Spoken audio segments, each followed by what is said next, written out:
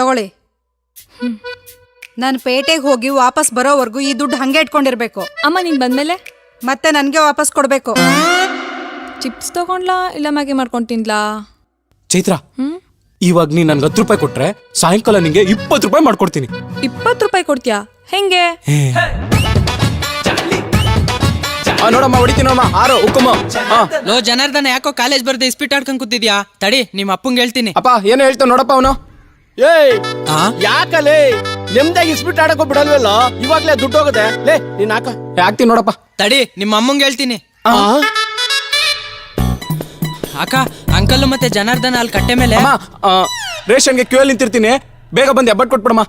ಜಯಂತ ಯಾವಾಗ ಬಂದ? ಲೇ ಜನಾರ್ದನ, ಈಗ ನಾನು ಎಲ್ಲ ಹೊರ್ತಾ ಇದ್ದೀನಿ, ಯಾಕ ತುಳ್ದಾಡ್ತೀಯ? ಏನೋ ಏನಿಲ್ಲ ಅಕ್ಕ. ಜಯಂತ ಟೀ ಕುಡಿತೀಯನಪ್ಪ? ಬ್ಯಾಡಣ.